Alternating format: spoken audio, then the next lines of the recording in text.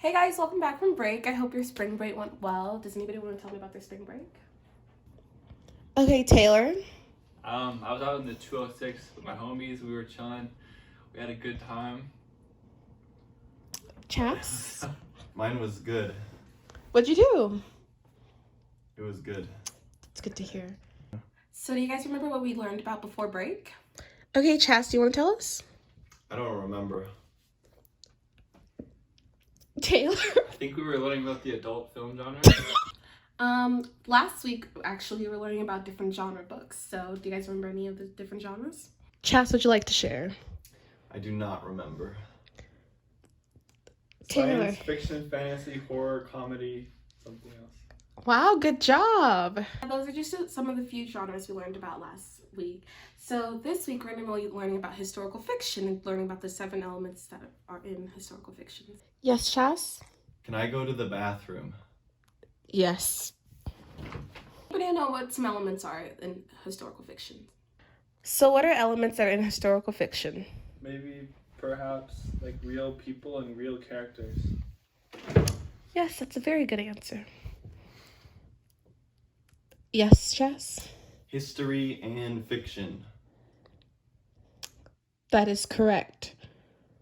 So the 7 elements of historical fiction, 1 is character. They have to have realistic characters in the book in order for it to be, it has to be based on somebody. And 2, dialogue. So there has to be people talking in the book. And number 3, setting. It needs to show an era and where the book is taking place. 4, theme. It should go beyond history. It should be telling a story, not just giving facts. 5, plot. Every book needs a plot, so that's obvious. 6, conflict. There needs to be a problem and always a solution. And 7, world building. They need to structure elements of time and period and different customs and things that would be taking place during that time period. And that's being talked about in the book. Wow! That's really interesting. So we're gonna read a passage from Henry's Freedom Box, and then I'm gonna help you guys pick out elements of historical fiction. Okay. So, Henry's Freedom Box by Ellen Levine. Henry Brown wasn't sure how old he was. Henry was a slave, and slaves weren't allowed to know their birthdays.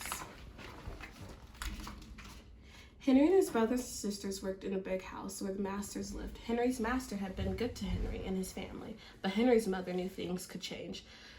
Do you see those leaves blowing in the wind? They are torn from the trees like slave children and torn from their families. So after that short passage we just read, we see that Henry is a little boy. Does that seem real to you guys? Yes. Also, in this passage, we see the dialogue where he talks about being a slave, and his mom talks about the slave children being like leaves because they can just be uprooted from anywhere. And also, we get the settings. They're not. This is not the full setting, but this is where we become world building, and we start with him living in his master's home. And the plot at this time, the book that. At the time period the book is written in, it's also very believable because there were slaves in the 1800s. So we're going to read the next passage, and then I'm going to help you guys identify elements of historical fiction. Okay. One morning, the master called for Henry and his mother. They climbed the wide staircase. The master lay in the bed with only his head above the quilt. He was very ill. He beckoned to them to come closer. Some slaves were freed by their owners. Henry's heart beat fast. Maybe the master would set him free. But the master said, "You are a good worker, Henry. I am going to give you to my son. You must obey him and never tell a lie." Henry nodded, but he didn't say thank you. That would have been a lie. As you can see in the picture, they're dressing in historical outfits with those things on their heads. Like, oh, the one lady has it, but yeah. Yes. Okay.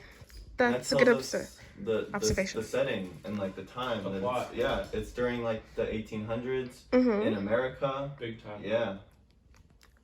Okay, you guys did a good job working as a whole class, and now I'm going to give you guys a passage from Ruth's Green Book, and you guys will read it on your own. I'm going to give you, let's say, 7 minutes to read the passage and go in find elements of historical fiction, and then we will come back as a class and talk about it.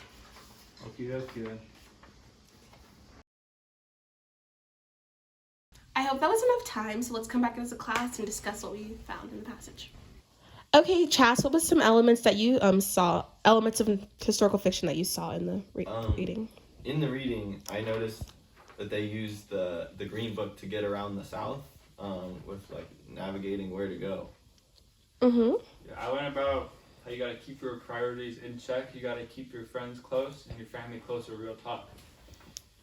Okay. Okay, thank you guys for working really hard today. I appreciate it. You guys did a really good job at identifying the 7 elements of historical fiction. Does anybody want to tell me the 7 elements of historical fiction before we head out for lunch? Can anyone tell me? Yes, Chas? There are characters, Mm-hmm. dialogue, Yes. setting, theme, plot, conflict, and World building. There it is. That Wow, was good it. job, guys. Okay, good job, guys. Now it's time to clean up and head out for lunch. Class is over?